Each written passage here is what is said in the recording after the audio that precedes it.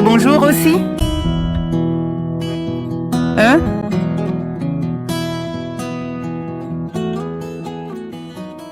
Fiat.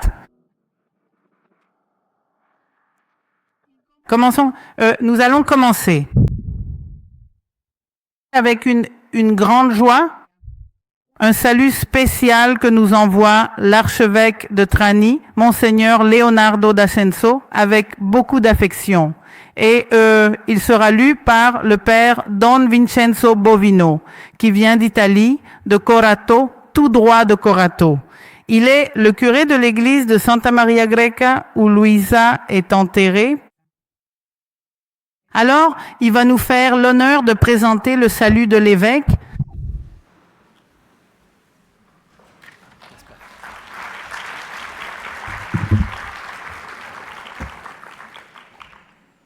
Bonjour à tous.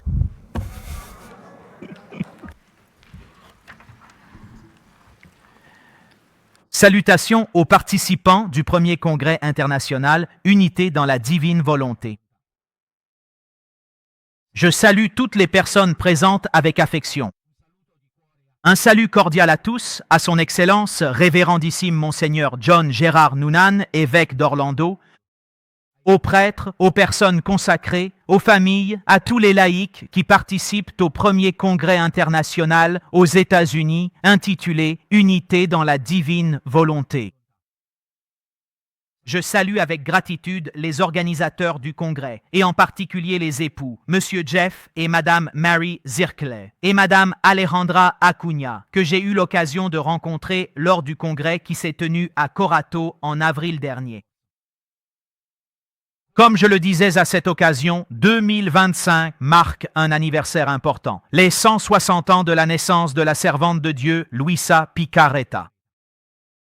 Et il est très beau de se retrouver ensemble pour réfléchir sur le thème de l'unité dans la divine volonté. Pour nous, chrétiens, et pour nous, disciples de Jésus, il n'y a pas de plus beau thème que celui de l'unité, de la communion, d'être un en professant notre foi, en vivant notre vie selon les valeurs de l'Évangile, en rendant témoignage et dans le désir de cheminer ensemble. Dans l'Église, sacrement de la communion avec Dieu et avec tout le genre humain, nous sommes appelés, avec l'aide des sacrements et surtout de l'Eucharistie, à vivre des relations de communion. La première et nécessaire condition pour accueillir ce que le Seigneur a dans son cœur pour nous, la divine volonté, est précisément la communion.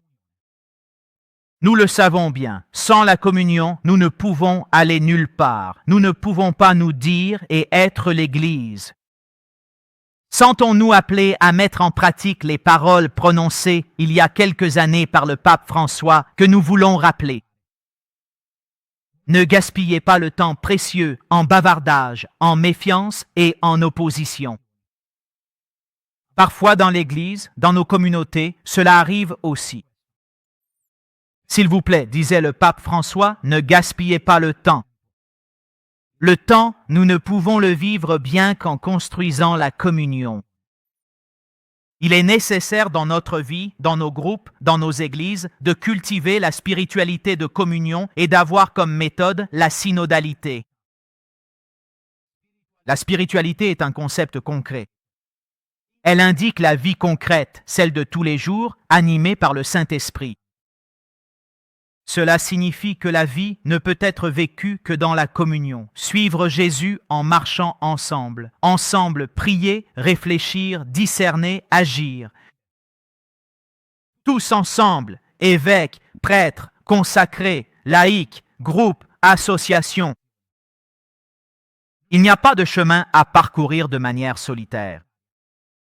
La communion est la condition nécessaire pour expérimenter la présence de Jésus et croire en lui.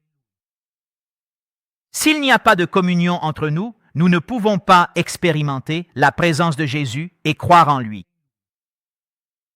S'il n'y a pas de communion entre nous, nous ne pouvons pas expérimenter la présence de Jésus.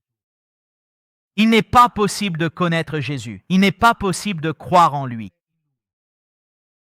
La communion est nécessaire. Là où 2 ou 3 sont réunis en mon nom, a dit Jésus, je suis là au milieu d'eux pour faire l'expérience de Jésus, pour croire en lui, pour en témoigner. Nous n'avons pas d'abord besoin de plus de génie, d'intelligence, de structure, de stratégie, qui sont toutes de bonnes choses. Nous avons surtout besoin, comme condition indispensable, de grandir en communion. Si nous voulons vraiment transformer ce temps d'épreuve que nous vivons, un temps très beau par certains aspects. Et en même temps, c'est aussi un temps difficile, marqué par la violence, par des guerres menées avec des armes, des guerres commerciales, des guerres économiques. Mais nous sentons l'appel et le désir de nous engager à apporter notre contribution pour que l'humanité, le monde, les milieux où nous vivons puissent construire la communion.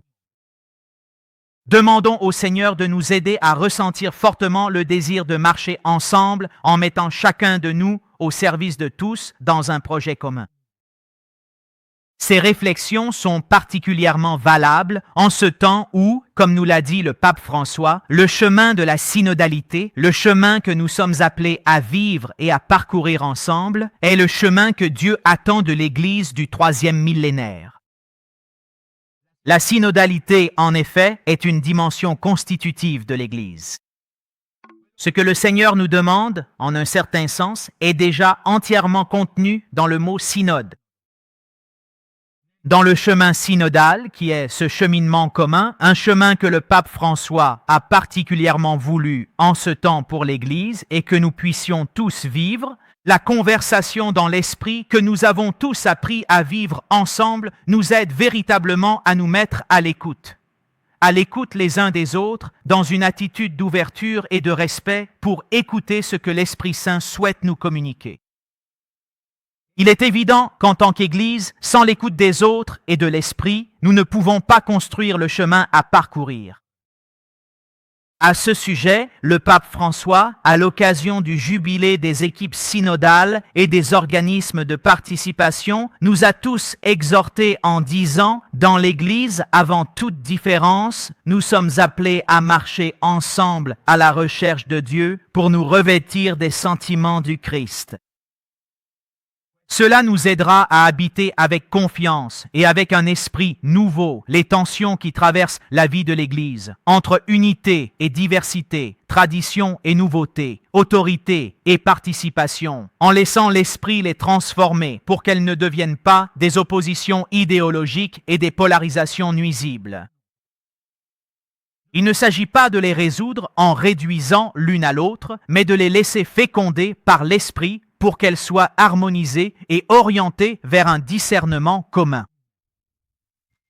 Ce n'est qu'à partir de cette modalité de relation, de ce style assimilé et pratiqué, que nous pouvons, par le discernement, parvenir à des choix partagés qui sont notre réponse à vivre et à réaliser, à vivre dans la divine volonté et à continuer de marcher ensemble.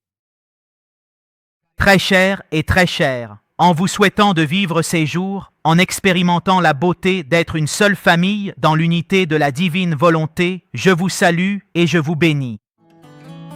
Trani, 27 octobre 2025. Monseigneur Leonardo d'Ascenso, archevêque de Trani, Barletta, Biceglie, Italie.